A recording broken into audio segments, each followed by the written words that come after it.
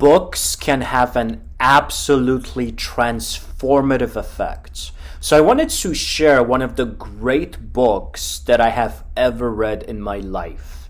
This work is literally one of the most fascinating books ever written in the history of the human race. Okay, that is not an exaggeration. As hyperbolic as that sounds, that is not an exaggeration. The book is called The Miracle Detective by Randall Sullivan. Randall Sullivan was interestingly, a journalist for RollingStone magazine, for the popular music magazine Rolling Stone. He wrote popular books that were New York Times bestsellers, books on people in the music industry like Tupac and Biggie and Michael Jackson. Actually, a recent movie that just came out starring Johnny Depp, or maybe it's about to come out, called City of Lies, on the murders of Tupac and Biggie, is based on Sullivan's work. And this man also ended up writing a book, which he wasn't expecting, on Marian apparitions. Actually, the most deeply researched book on Marian apparitions I have ever read. I mean, it's immensely interesting. That's what The Miracle Detective is about. And it's so interesting how it began. Very random beginning, so to speak. Providential, but it felt random for him as a secular person in the initial stages.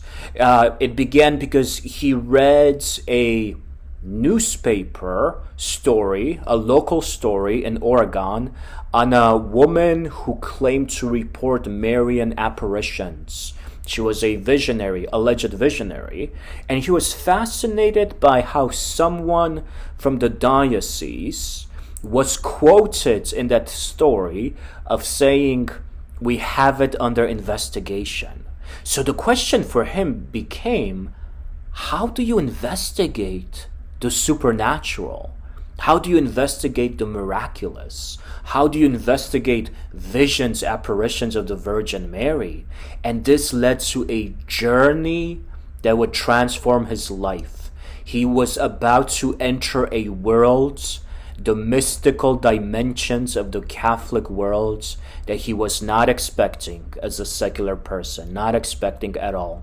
He traveled to Rome, and he met priests who work for the Congregation for the Causes of Saints, which is the office in the Roman Curia that investigates miraculous healings through intensive, meticulous scientific and medical research and documentation.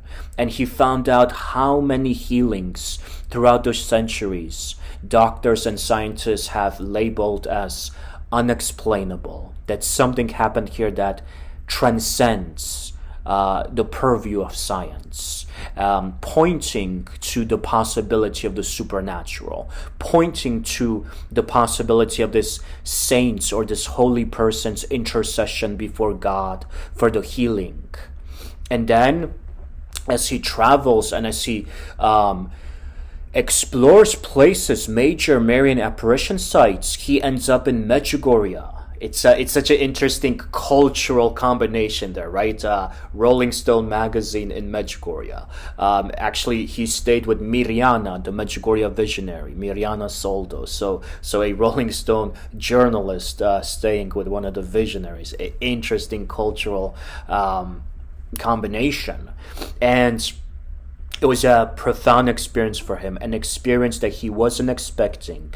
He had a powerful experience of God's when he climbed Cross Mountain, and he also studied as an investigative journalist how deeply Medjugorje has been investigated by scientific examinations, by teams of scientists, doctors, psychologists, psychiatrists, physicians throughout the years, throughout the decades.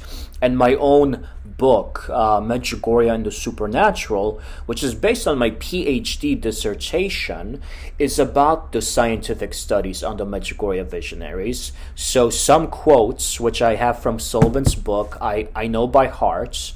And one of my favorite quotes from the Miracle Detective is when he says, I would find out that the apparitions in Medjugorje have been subjected to perhaps more medical and scientific examination than any other purported supernatural phenomenon in the history of the human race.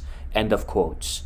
Fascinating, right? Because he realized that these young people claiming an apparition of the Virgin Mary, experiencing those apparitions, they've been studied meticulously. They've been studied by psychiatrists and psychologists and neuroscientists, applying the EEGs on their brains, being able to show that it's not epilepsy, it's not hallucination, it's not hysteria, it's not any form of psychosis, it's not a manipulation. They are actually experiencing something profound in that moment when they fall to their knees, their heads come up, and they claim to experience their apparition of Our Lady.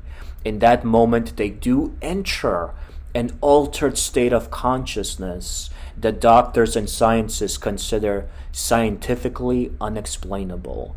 So for Sullivan, it really rocked his world, and because he really had to question his secular assumptions. And he had this name keep coming up, as he's talking to the priests in Rome, as he's talking to priests in Medjugorje and other famous apparition sites and places. The name that kept coming up was Father Benedict Rochelle. Father Benedict Rochelle, of course, was one of the founders of the CFR friars, the Friars of the Renewal, and also a giant intellectual. He was a priest, Franciscan friar who had a PhD, who was a psychologist, who was an author, and who also had a history of investigating alleged supernatural claims and phenomena by the church, being asked to do so on behalf of the church. He wrote a small book that was a classic in discerning mystical revelations called A Still Small Voice, published by Ignatius Press in the early 90s. And it was fascinating how Sullivan's book concludes with finally reaching this elusive wisdom figure, Father Benedict Rochelle, that he has heard of, in so many encounters after this long journey of being in Rome and being in Medjugorje and visiting again and having a transformation of his ideas and of his life, happen, and struggling with the tension as a person who's had such a secular worldview.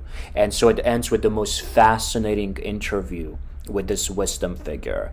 And it's a book that I also recommend, I would even say especially for secular readers, because it's written in a popular way. It's not written in a religious language. It's written by a popular secular journalist, and it's filled with science, with rational arguments, with history, with just an honest, open-minded delving into this mystical world of visionaries, Marian apparitions, mystics, great spiritual director, priests who have wisdom on mystical theology.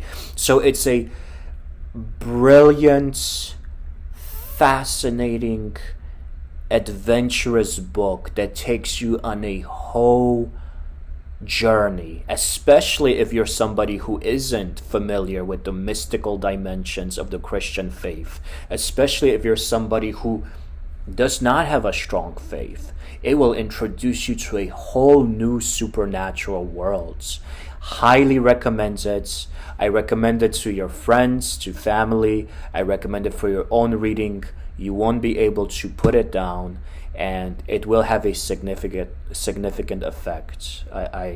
I've had that impact on my life, on my thinking, and on my spiritual life, and I think you experience a lot of grace. God bless you.